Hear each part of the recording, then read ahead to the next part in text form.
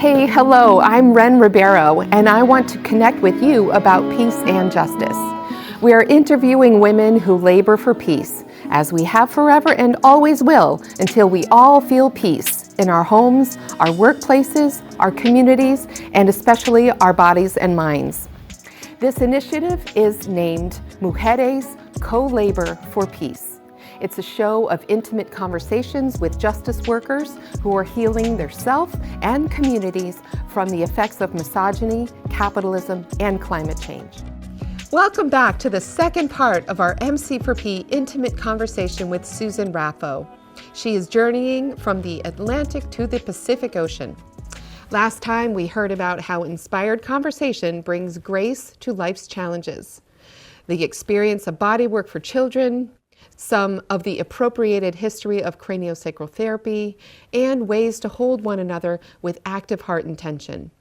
In this part, we dive again into how language connects or disconnects, Susan's experience co-laboring on the Healing Histories Project, and their beyond impressive 500 plus year timeline of the medical industrial complex through stories of care and control.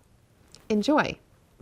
But actually, yeah, that's so true. Like the morning after we walked, I woke up and I was thinking about what Socrates said about the more I learn, the less I know, or something like that. And I was, excuse me, I'm just going to take a sip. I was reflecting on how much work I've done in kind of confronting fear in my life, and realize like the more I do it, the more I realize how much more more fear there is to reckon with. And like that spiral staircase, it's like up, down, big time, always on it. And you had shared some really pertinent advice about not using the word trauma, but instead focusing on action, like reconciliation, resolving conflict, direct action or resistance, or speaking truth, just being like holding oneself accountable, and others calling in that kind of action, and other kind of ways of being proactive in the world. And I was wondering how you might answer a question like, in what ways or how have you learned to not internalize fear? Not, obvious in all situations, but what's your practice like to not internalize fear? Because there's just so much of it. Yeah, I don't think I don't internalize fear. I think I'm so I want to back up to what you just said about trauma and then go there, is like I think that I think it's less about not internalizing fear. It's more about practicing not overriding fear, which actually shifts the shape of it, right? Because this will be the only time in my life that I will ever quote John F. Kennedy Jr. But having been born in 1963, and so growing up, in the year after he was assassinated, and where people were, my family and the folks around me, first Catholic president, were all in the JFK sort of, oh, glory. Excuse me, is I heard growing up the quote a lot, you have nothing to fear, we have nothing to fear but fear itself, so the only time I will ever coach Kennedy Jr. or John F. Kennedy, not the junior, that was his son. And so there's and to me, because of the fear of fear, there's often an override that happens in 1,000 ways. And I actually think, when you said I don't use words like trauma, I mean, I do still use, but my practice is to be as concrete as possible. So I feel what it is that I'm saying, as opposed to using linguistic language shorthand. And I still do. I use so much jargon, but I really try not to, so that whatever it is I'm describing, and I'm going to use jargon for a second, whether it is a profound act of supremacy or oppression, or whether it is a deep harm or something like that, that rather than talking about it in a vague abstract way, is that I want to talk about it concretely and directly as something that is about real people and real life. And then be really thoughtful about who I'm talking to when I'm when I'm telling that story. It's one thing to be talking to somebody I've shared experience with about some form of a story of violence, where we have some amount of distance from that story versus talking to somebody whose people have been impacted by story violence. So there's also loving relationship with who I'm talking with, but to be as clear as possible, because I started to notice how much I had developed a language that essentially overrode the helplessness and the fear that I actually feel about the scale of pain and violence that is both historical and in the present moment, right? So for me to talk about what is happening in Gaza is to get as specific as possible, not describing it as though it's a horror film, but in some way to honor as sacred the lives who are the lives of those who are being killed, and to, or if I can't do that, is to not talk about it, but to feel it, is to not always use words. So it's, it's like, I don't know how to do this half the time.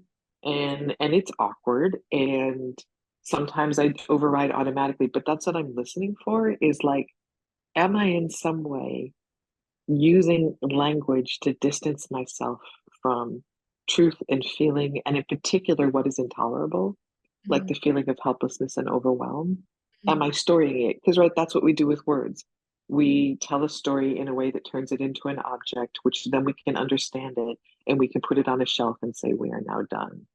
And, I think of how many traditional teachers, traditional to this land, traditional to other lands, that say words are power, they are spells, they are magic. It's all of the things you're using different. And so even how I'm talking about what I believe we need to change, whether from a political or a spiritual or both sort of a place, is the aliveness has to stay in the language.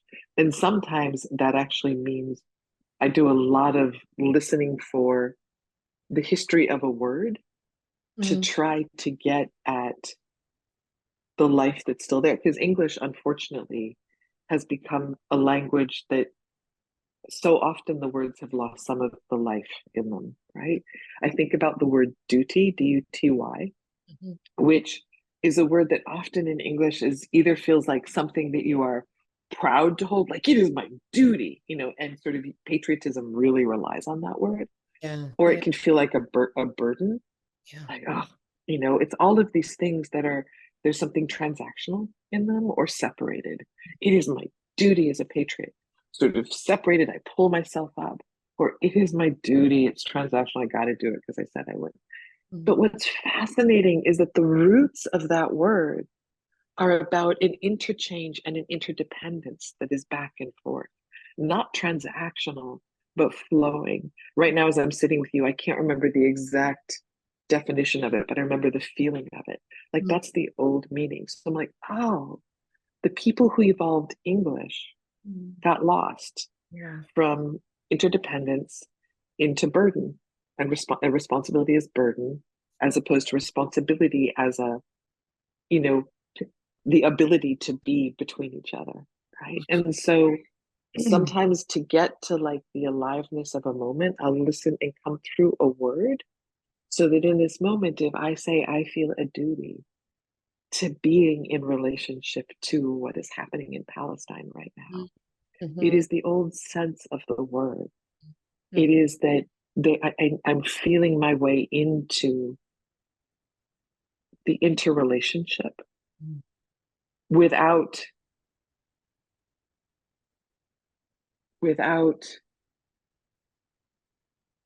with full awareness of of what the relationship is that is here.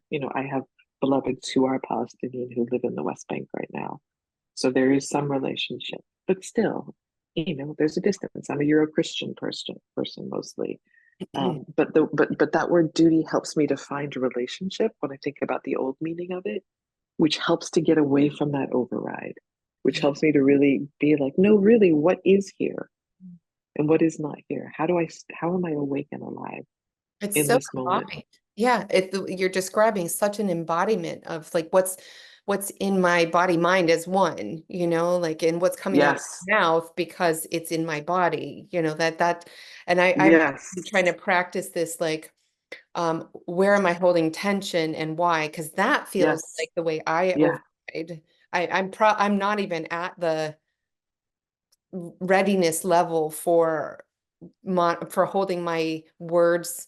I am on some level holding my words accountable, but I'm not in the flow of kind of what you're describing.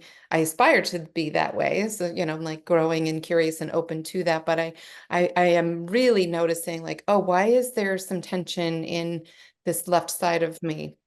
And I've actually come to understand that this is where I saw my brother die. And so it's been here for so long, and I've done a lot of healing, but I'm befriending this part of my body, like the internal family systems kind of parts work, to really understand that, which I'm not going to go into my thoughts on that. And then what else I was thinking about as you were talking is and I'm already losing it a little. Oh shoot. So I do feel like what you were talking about brings me to the research I did of your work with the Healing Histories Project. Would you speak to that a little bit? Absolutely. And I think it's a great link because Healing Histories Project, I want to say that there's a framework that deeply shapes and informs my work, which is called the Healing Justice Framework. It's a framework that was named by Black feminist healers, practitioners, organizers in the South who are part of Kindred Southern Healing Justice Collective. And they named it as a way of looking at people who are working for social change, who are building movement, and as a way of looking at how care exists within movement. And also, in particular, around looking at the impact of generational trauma, recognizing that those who are seeking to shift systems that are still impacting themselves and their family are deeply impacted by it while doing the work of change. And that is also something that needs to be attended to while doing the work. Otherwise, folks are continually burning out. And again, harm is being perpetrated. And so I encountered the framework really early in my practice as a cranial therapist. It changed everything for me because, I was like, oh, here we are. There actually are people who are who are weaving together healing practices and political work in ways that are seamless. It's not surprising. It is often the case that this is Black leadership, Black feminist leadership that brought that to bear. And so I also became, quite close with the folks at Kindred who named this framework. And we began working together. And in particular, a beloved friend of mine, Kara Page, who's the person who first named Healing Justice and who's part of Kindred. We started working together with a friend of ours named Anjali and a couple of others. We were organizing through something called the US Social Forum in Detroit, which would take too much time to explain. But if people are curious and you go to my website, you can see a report about what we did at the USSF, which is really practicing what we're calling healing justice, or what is called healing justice. But what emerged out of that framework and our relationship together, Anjali was emergency room doctor, part of Casa de Salud in New Mexico. Myself as a craniosacral and organizer, Kara as an organizer and also practitioner, is we started really, a bunch of us had already been working on timelines as tools for political education and or for change. And so we started building a timeline of the medical industrial complex, which we published online 2 years ago. It's really looking at 500 plus years of how care became control. So it's really looking at how the very systems that we are seeking to change impact how care is shaped. And of course, not always. And there are multiple people who work inside that system who are trying really hard to sort of shift, to work against harmful care. And also, there are so many ways in which lineages of Western care have really been deeply supportive, including saving the lives of people I love. So this is like not an anti-medicine. It's not a binary power struggle. Instead, it is saying, like all things, Western medicine has been shaped, as it is practiced in the United States, has been shaped by eugenic thinking and eugenic practice. It has been shaped by the very histories we're trying to change. And that often when we reform some of these ways of doing care, there will be a change for a while, but then some of those roots of violence will show up and continue again.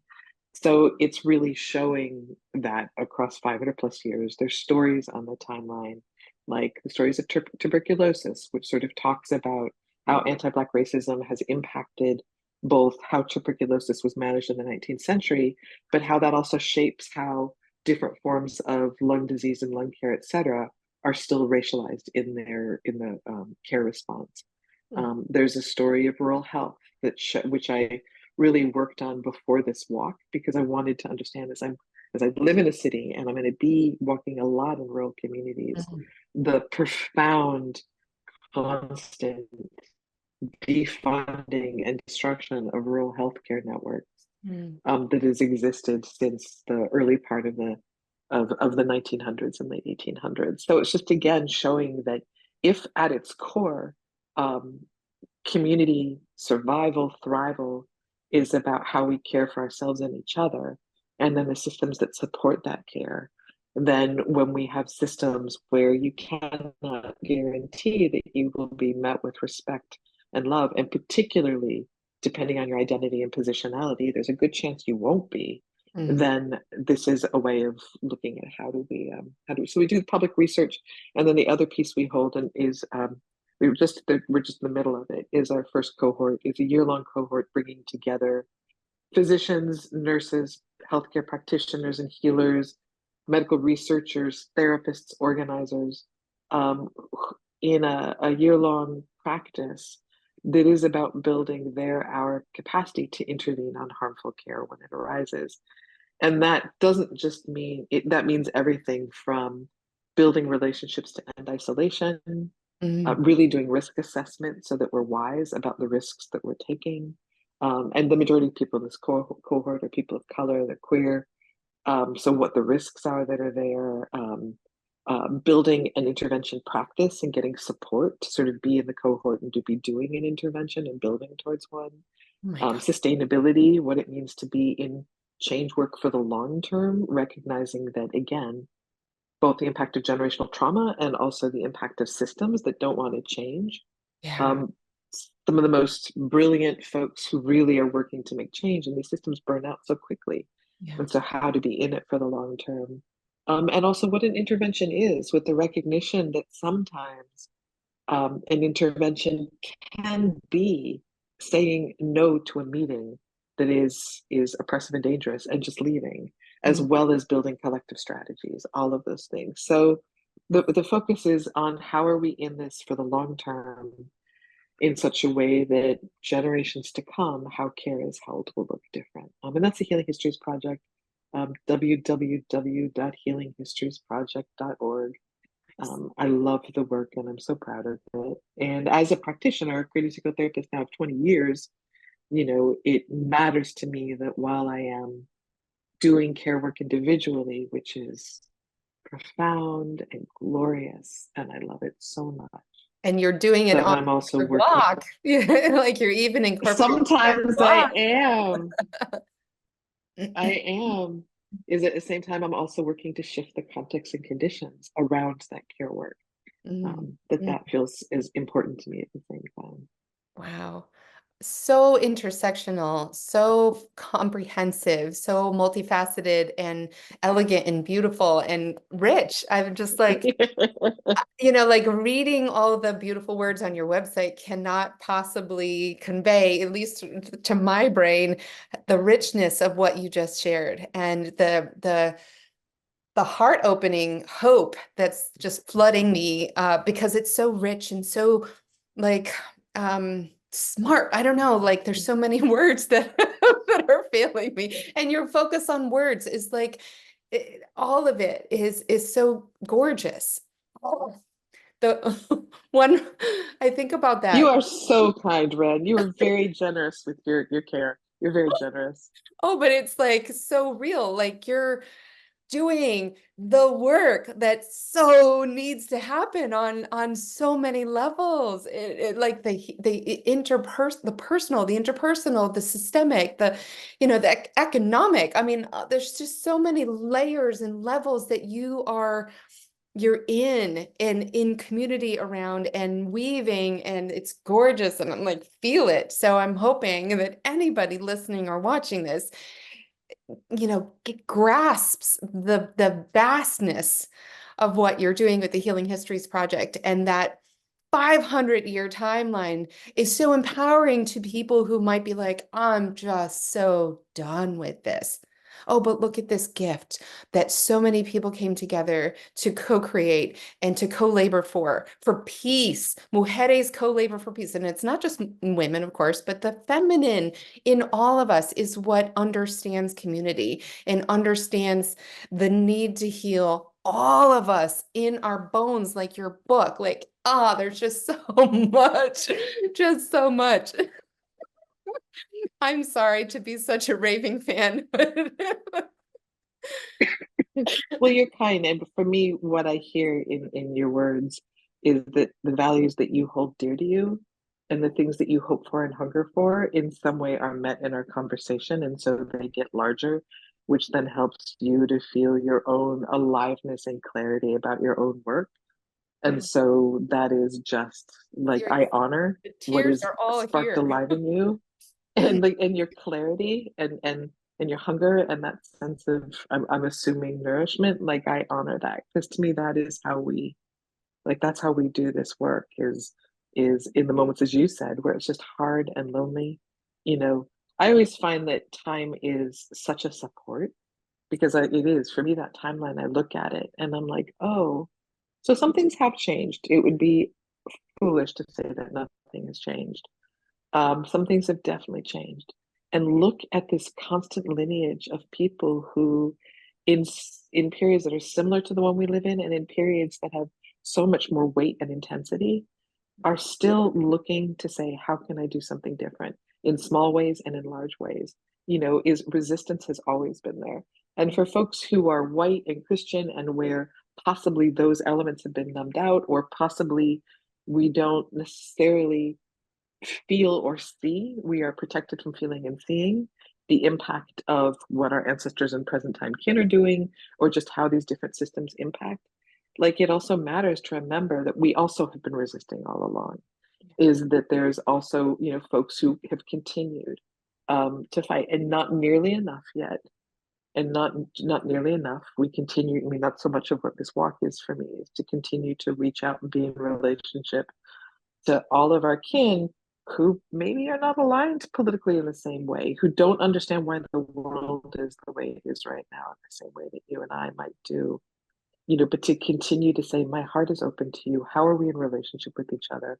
How is care showing up? What are the potentials that are here in a time where the profound violence and the divide between, just this, how way too many of our white Christian kin right now are leading a charge that is intending to destroy and take us back in so many ways. And so, yeah, it's like anything that helps us to feel connected to each other and rooted and with a sense of not the old, this new meaning of duty, this Yes, I sort was of going to go back. transactional exchange, but something that is relational and connected. Yeah, I was really just going to go back to that duty word that you're like unpacking and reclaiming in its fullness. Because it brought to my mind, as someone who shares that Christian Catholic, or for me it was Catholic anyway, Me too. conditioning, yeah, is the word repentance. So that word is another one of those words that is so burdened and so heavy, and like, it just like sits in the body like garbage. But its actual meaning is reflection, like to do the inner work, like inner fortune, the name of my organization, Inner Fortune. It's about that self-reflection. That's what repentance means in Aramaic, So like, let's reclaim and dust off and help these beautiful words to shine, And to be them again. It's like the difference of the sort of contemporary repentance, which is almost, I lay my body at your feet in full repentance, and then I will either be free or not free based on whether you forgive me, which means it's your responsibility to forgive me, which means that as soon as I repent, you better forgive me or you're a bad person. I Yeah. mean, what a setup Abdicating all of versus to our personal reflect. authority and agency to others, or to Oh, a system, right? To the patriarchy, or to, totally. power oppressors. Mm. No, it's beautiful you said, rather as opposed to reflect, and by reflecting, to become other, which then means going forward, we will be different. Mhm. And in the moments where there is repair that is relational and possible, that is there, as opposed to hoisting our repair off on those we have harmed and say, here, I'm ready to repair, take it, do it. It's like it's just continually perpetuating it. That's beautiful. Thank you. I will sit with that. I did not know the origins of that word. Wow. Oh, so much goodness. I'm gonna close here because I try to keep things to 30 minutes, and I want to get every single word of yours with what your final thoughts are about your walk and your hopes, and what you're feeling about that. And then I want to read a quote of yours from your website. So gorgeous. So tell us about your walk from the Atlantic to the Pacific, and what it's like so far, and kind of what you're feeling about it. Been dreaming about this since I was 16, walking from the Atlantic to the Pacific. I've only done the first month, which was my practice month. I started in Castine, Maine, and came down to Northampton, Massachusetts, which is, well, actually Greenfield, Massachusetts, which is where I am right now. Got to walk with you towards the end of it for 9 miles per day, which included some beautiful off-road walking through some woods that I was really grateful that we got to do, even while it infested some bodies. And I will be on Wednesday, in a few days from now, starting again. And I've often said that after this first month of prep, where I stayed in with people's homes and all sorts of things, is that starting on when I start again on Wednesday, I will be doing a lot of camping. I'm carrying a backpack. I'm actually in the process of redoing my website about the walk, because I knew I wanted to wait till the first month to sort of have more language about what this is. I Most of everything about the walk still exists in long paragraphs inside me, but I can say this is that I am walking to listen and to learn how it is possible to live on this land together in a good way. And I am doing that with accountability for my kin, who are part of what's getting in the way of that, as relationship with the land itself and the histories it holds, including the people whose stories, culture, and instructions come from the land.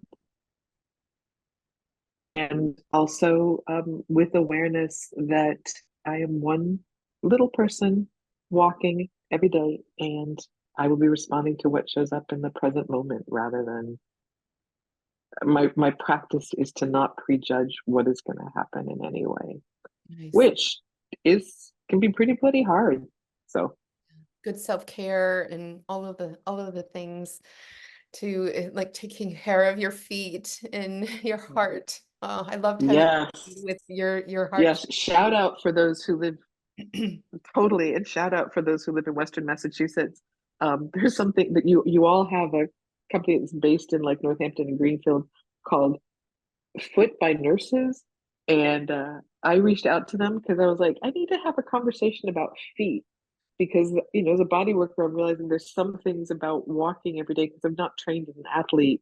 Like there's other ways of looking at the body that I don't know. So such a kind person, met with me on a Sunday on Mother's Day, bringing her 2 children into the office to teach me about my feet and do some foot care.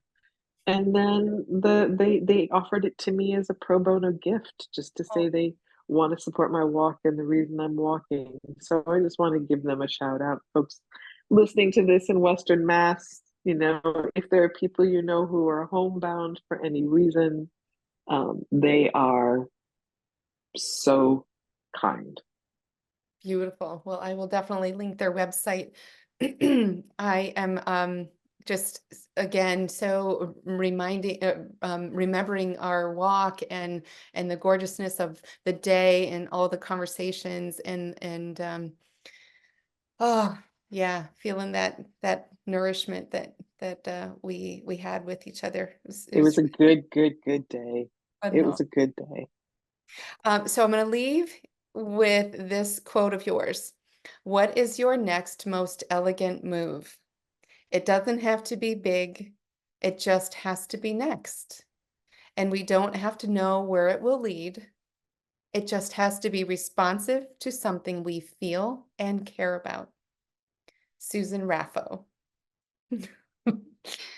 Thank you, dear one. You're such a light in the world, and I wish you well, and may all the people that you touch be inspired by your walk. And I feel like you're carrying me with you. Hopefully that's not, you're not carrying so many people that it adds to For the sure. 35-pound bag that you got on your back. You are not a burden. And again, thank you for your labor, Ren, like doing this work. So I'm just going to say, I really wanted to say that I feel gratitude to you for the work that you were doing, not just for this particular episode of the podcast, but for all of them.